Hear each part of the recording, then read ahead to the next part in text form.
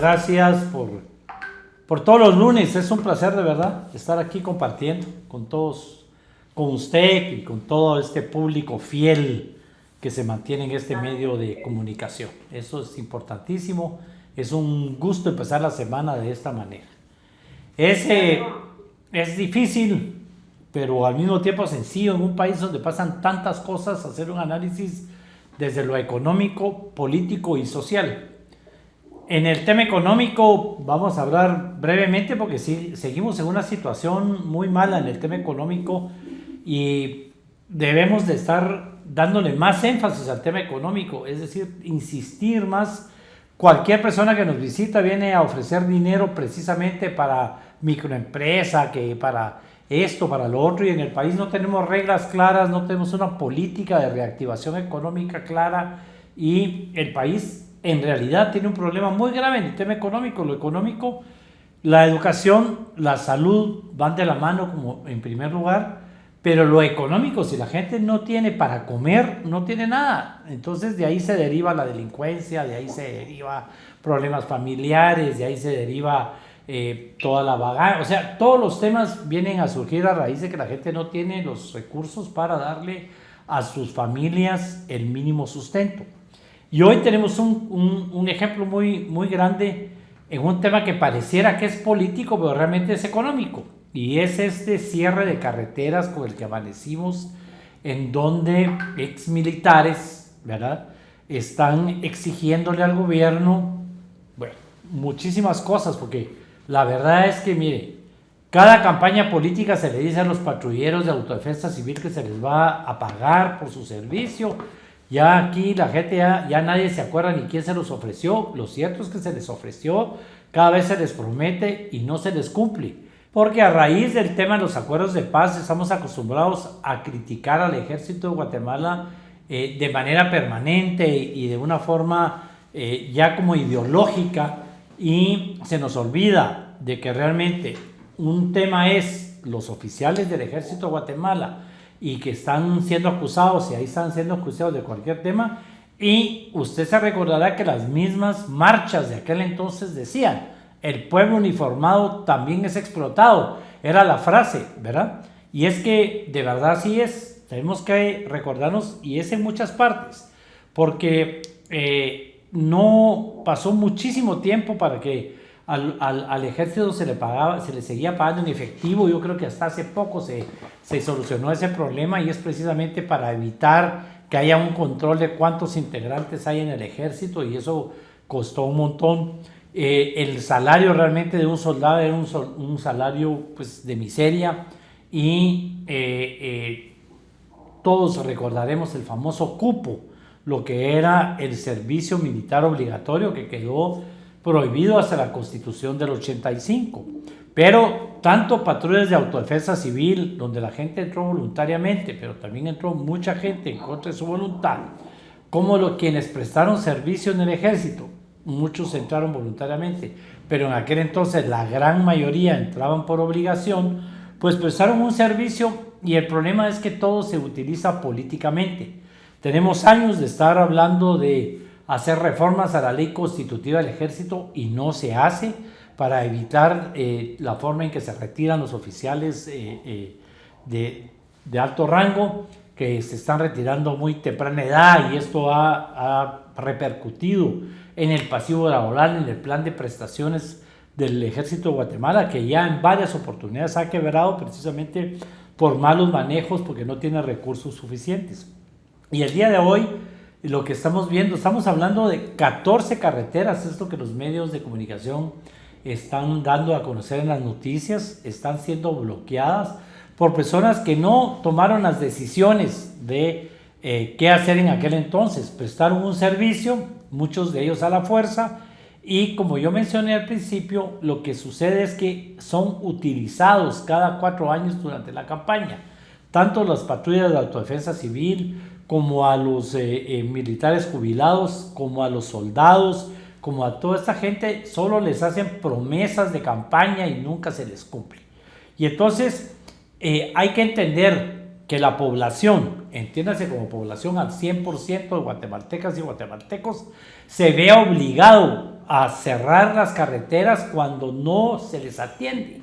Esto no tiene que ver con nada ideológico y espero que hoy tenemos este ejemplo de decir que no es necesariamente los campesinos de izquierda los que cierran carreteras. Lamentablemente las carreteras se cierran como una medida ya extrema, totalmente inadecuada, pero si no se hace de esa manera, el Estado, el gobierno no les pone la debida atención. Y aquí hay mucha tela que cortar, porque cuando se habla de un resarcimiento, la palabra se ha malentendido de qué significa el resarcimiento, cómo se ha manejado el tema del resarcimiento, cuando se habla de una pensión, de una jubilación, este tipo de temas que Guatemala sigue estando en los últimos lugares en el mundo de lo que es las pensiones para las personas que han trabajado para el Estado. No tenemos un sistema de pensiones y jubilaciones que realmente le dé una vida digna a quienes se retiran. Y esto incluye indiscutiblemente al Ejército de Guatemala y especialmente en el caso de hoy que tenemos que quienes están en ese tema son gente que prestó servicio militar, muchos de ellos obligados, como mencionamos antes, y que por supuesto no tienen un retiro digno. Muchos de ellos ni siquiera tienen una jubilación ni un retiro, como sucede con los que prestaron cierto tiempo de servicios. Acuérdense que el servicio militar era solo por 2 años. En 2 años, pues la mayoría pues abandonaba sus familias. En aquel entonces había un bono de 100 quetzales para la mamá porque le quitaban al hijo. El pago era en efectivo. Se sabe del mal uso que se le dio durante mucho tiempo al famoso rancho, que es la comida, el alimento para la tropa. Y esto sigue siendo un pendiente, pero no es un tema ideológico. Hoy nos podemos dar cuenta de que lo que es una situación económica en el país, donde vivimos prometiendo que vamos a cumplir, que vamos a pagar, que vamos a resarcir todo lo pendiente y no se cumple. De tal manera que hay una obligación del gobierno de Guatemala, del gobierno de turno, de recibirlos en primer lugar, de escuchar cuáles son sus demandas y sobre todo de cumplirles. Estamos hablando de años, es decir, el servicio militar obligatorio se suspendió desde que entró en vigencia la Constitución. Esa gente que entró a veces hasta menores de edad, de 17 años, se los llevaban en un camión a la fuerza por los famosos comisionados militares, en aquel entonces en lo que se llamaba el cupo, como mencioné antes.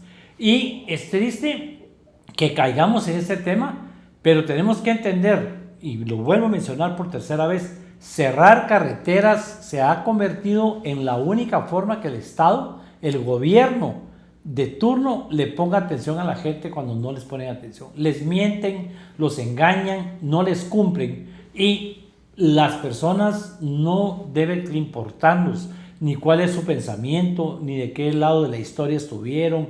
Persona es persona, ser humano es ser humano y todos tienen necesidades y todos tienen expectativas y además todos tienen derechos y el Estado tiene obligaciones con todos y eso es lo que tenemos que aprender. Así que en este caso particularmente yo apoyo este cierre de carreteras. Yo sé que al sector privado le molesta porque realmente tiene consecuencias muy grandes cuando se cierran las carreteras, pero no hay otra manera en que el gobierno de Guatemala les ponga atención y les cumpla las promesas que, repito, cada 4 años les hacen y no les cumplen. Y en esta ocasión ni siquiera los han recibido, ni siquiera hay una expectativa de qué se les va a dar. Pero todas y todos los guatemaltecos tenemos derecho a vivir con dignidad, y vivir con dignidad significa una remuneración digna por nuestro trabajo, tener derecho a ese trabajo y el Estado tiene la obligación de darnos las oportunidades y crear los medios para el tema y una indemnización o una jubilación digna por el trabajo que se prestó y especialmente en este tipo de trabajos que no fue culpa de la población en general, fue culpa de un conflicto mundial que nos enfrentó ideológicamente, que puso al pueblo en contra del pueblo, que puso a pelear entre nosotros, entre familias, y que las consecuencias fueron muy graves en ambas partes. Hubo muertos de ambos lados, hubo familias destruidas en ambos lados, hubo refugiados, gente que tuvo que salir del país en ambos lados, y hoy hay grandes necesidades, pero en este caso, digamos que cuando se firmó la paz, tendríamos que darle seguimiento a qué fue lo que sucedió con el resarcimiento de los retornados, que se les entregaron fincas, se les entregaron créditos para que pudieran trabajar en estas fincas, pero a los soldados, quienes también salieron a combatir, no hubo ningún tipo de resarcimiento para que después de salir del ejército quedaran de alguna manera. Ahí es donde surgen el montón de empresas privadas de seguridad que empezaron a darle empleo a esta gente porque tenía servicio, pero también sabemos que siguen sin tener esa jubilación digna, esa indemnización, ese, ¿por qué no llamarlo resarcimiento? Porque ellos fueron producto de esa confrontación, como mencionamos antes. No fue voluntad de este pueblo meterse a este conflicto armado. No queremos que ese conflicto armado se repita. Vivimos peleando contra todas las violaciones que se dieron, pero tenemos que comprender que las violaciones a los derechos humanos, que la falta de cumplimiento se dio en todas partes. Y entonces hoy amanecemos con este problema, que es un problema fácil de resolver, si lo queremos ver de alguna manera, porque debe el gobierno recibir a sus dirigentes, debe cumplir lo que se les ha ofrecido y debe asignar del presupuesto de ingresos y egresos de la nación dinero para terminar de una vez por todas con ese problema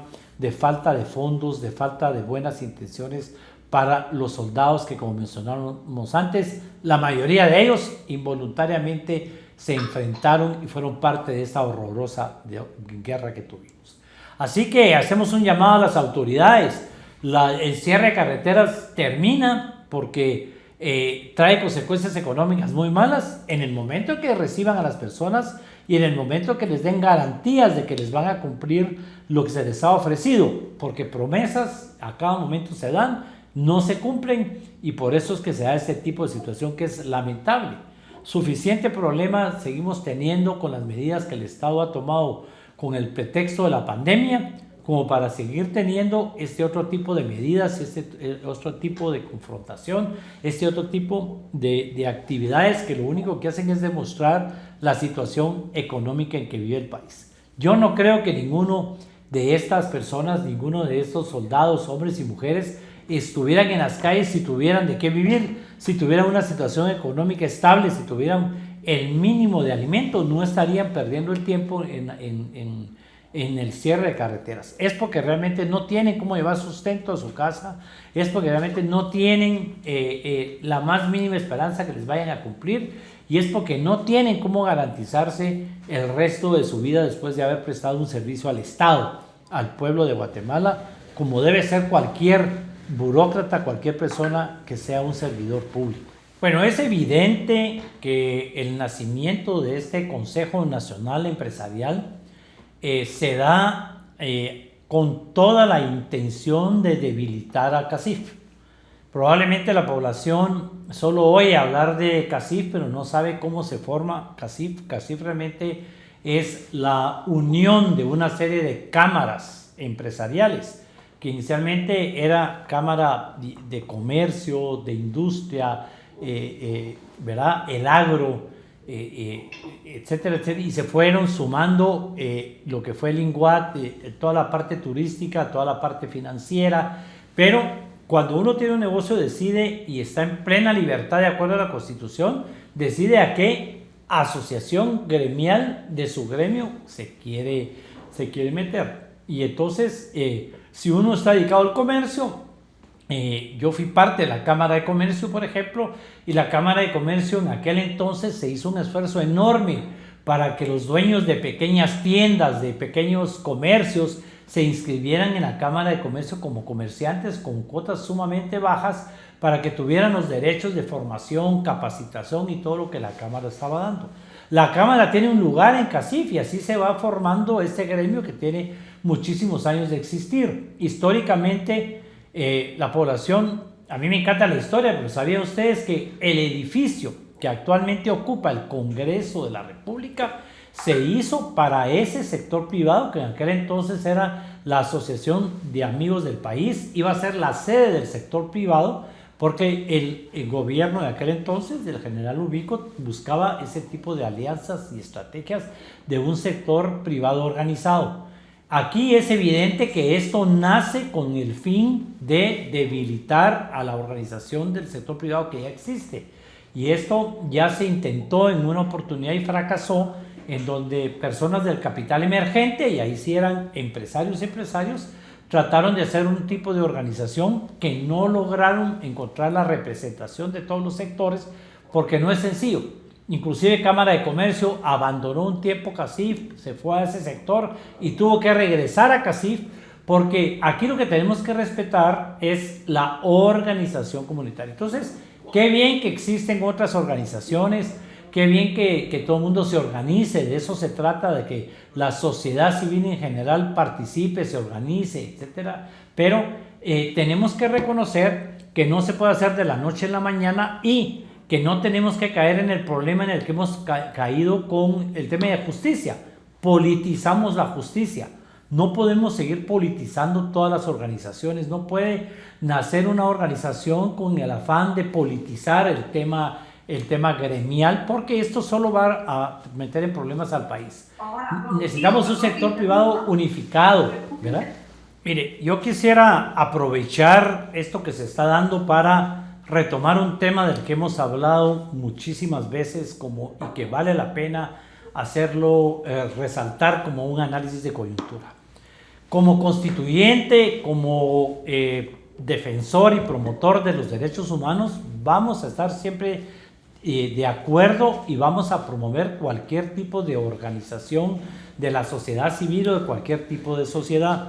Están en la libertad de hacerlo. Aquí yo quiero aprovechar para resaltar qué es lo que está sucediendo en el país. Un divisionismo en todos los sectores que nos está llevando al país a una calamidad. Y además estamos jugando papeles que no nos corresponden. Yo he criticado muchísimo en mis columnas y en lo que escribo cómo la clase política de ese país ha desaparecido porque fue sustituida por... yo no quisiera llamarlos empresarios porque no son realmente empresarios, sino por gente que se quiso aprovechar económicamente de la clase política y sin ser políticos se volvieron políticos y están ocupando estos puestos. Entonces, de esa manera también es dañino que si somos políticos queramos meternos a ser empresarios sin serlo, porque entonces lo que vamos a hacer es seguir dividiendo al país. Aquí, si hay una división en CACIF que tiene muchísimos años de existir, es un tema que primero deben arreglarlo ellos al interno de sus cámaras, que después deben arreglarlo como CACIF, y ellos tienen que saber que si hay división, pues ellos se van a ir debilitando, pero no podemos contribuir a seguir dividiendo el país, creando este tipo de organizaciones solo para dividir. Qué bueno que existan otro tipo de organizaciones, pero aquí sí es evidente y están en su derecho y probablemente ideológicamente lo pensaron a propósito de hacerlo de esa manera, crear una asociación para quitarle al CACIF esa representación. Son más de 30 representaciones que constitucionalmente y de acuerdo a otras leyes el CACIF tiene en distintos sectores. Habla de sector privado y entonces seguro que ahí se van a tratar de dividir y van a tratar de pelear esos espacios y por supuesto van a tratar de pelear cualquier otro tipo de tema. Ya se sabe que hay divisiones, pero hay divisiones en todas partes y lo que tenemos que tratar de arreglar es evitar las divisiones y no provocar más confrontaciones. Yo creo que respetamos esa libertad de asociación, respetamos la libertad de pensamiento, la ideología, pero cada vez que hablamos de lo económico, político y social, tenemos que tener interrelación entre los tres, pero no mezclar un sector con otro. Por lo tanto, en conclusión, yo lo que puedo decir es, no nos prestemos al juego de estar dividiendo más al país, porque lo que aquí está sucediendo es precisamente esto. Se crea esta organización de acuerdo a las leyes de este país, de acuerdo a la Constitución que promueve la libertad de organización. Probablemente personas que no eran empresarios y ahora no quieren entrar a CACIF, quieren entrar a este nuevo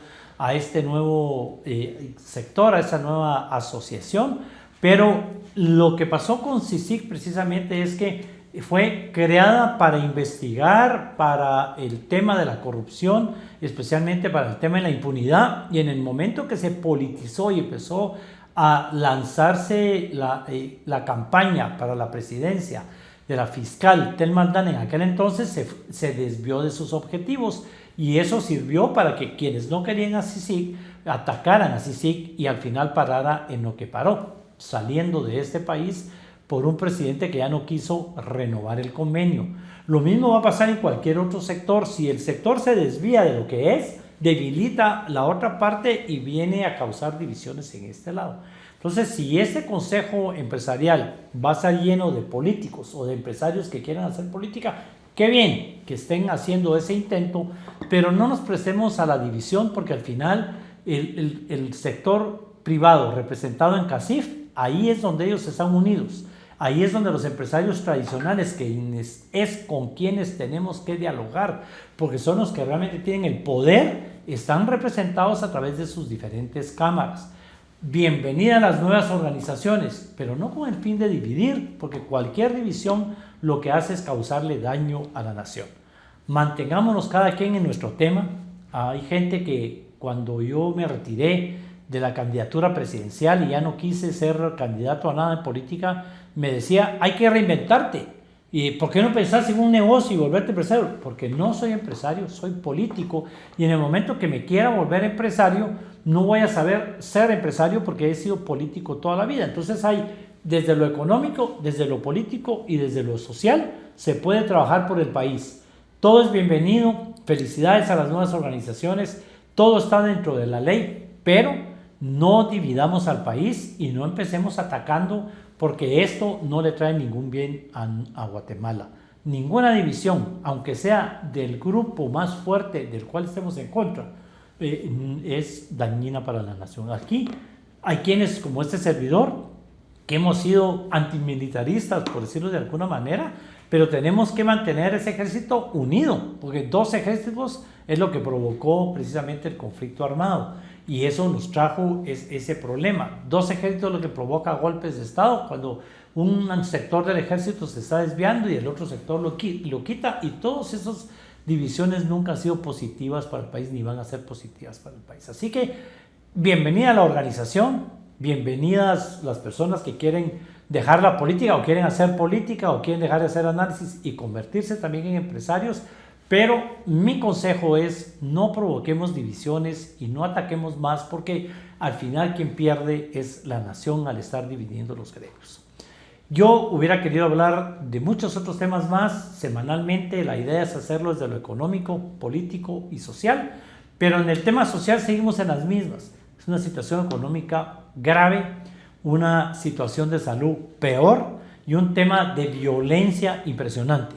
Seguimos sin poder manejar la pandemia, seguimos sin vacunas, pero seguimos sin tener una luz al final del túnel para qué se va a hacer en este país para mejorar el sistema de salud, para que realmente los niños y las niñas de veras reciban educación. Vamos a tener 2 años sin que reciban educación, porque no estamos capacitados para esto, y no estamos capacitados para un montón de temas, como lo vimos también esta semana con la tormenta, que lo que hace es desnudar nuestras incapacidades como país. En lo político también nos hemos dividido, y por esa división hemos politizado la administración de justicia y hemos judicializado la política. Ahora vamos a dividir al sector privado con estos temas. Bienvenida a las organizaciones. Mientras más organizaciones existan en el país, mejor. Pero cualquier organización debe ser para buscar la unidad. Cualquier organización debe ser para mantenerse dentro de la no confrontación, para venir a fortalecer esa unidad que tanto hace falta en el país. Yo felicito a quienes están ahí, pero los incentivo a que no provoquemos más divisiones, porque eso es muy dañino. Y lamento estos choques que se dan desde los medios de comunicación, de las redes sociales.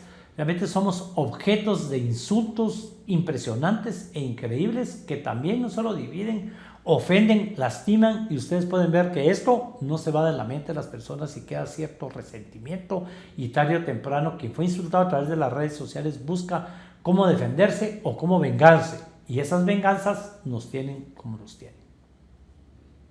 Que tengan una buena semana. Muchas gracias.